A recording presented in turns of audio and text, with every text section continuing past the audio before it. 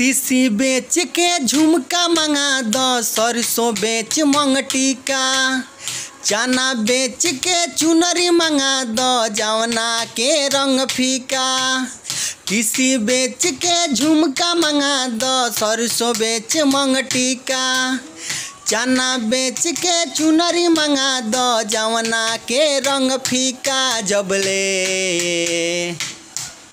जबले तन पर ना कवनो सामान होई है, तल सजना ना तहरा कुछ नेवान होई है, तल सजना ना तोहरा कुछ नेवान होई है।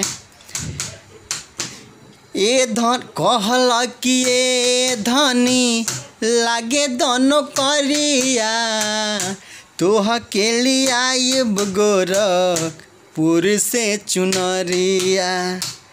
कहल कि ए धनी लागे दोनों करिया, नौकरी के आस छोड़ी खेतिया करवल। खेतवा में गेहूँ चना सगरो उपजौला, अब की बार ना पूरा जे होई, गहना ना बनवैब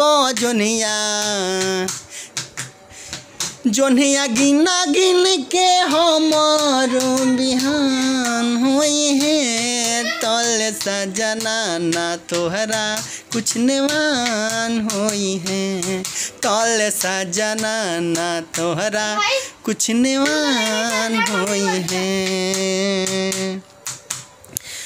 हे धनी हमार तनी लागे दोनों करिया, तोह के लियाइब गोरखपुर से चुनरिया। हे धनी हमार तनी लागे दोनों करिया, तोह के लियाइब गोरखपुर से चुनरिया।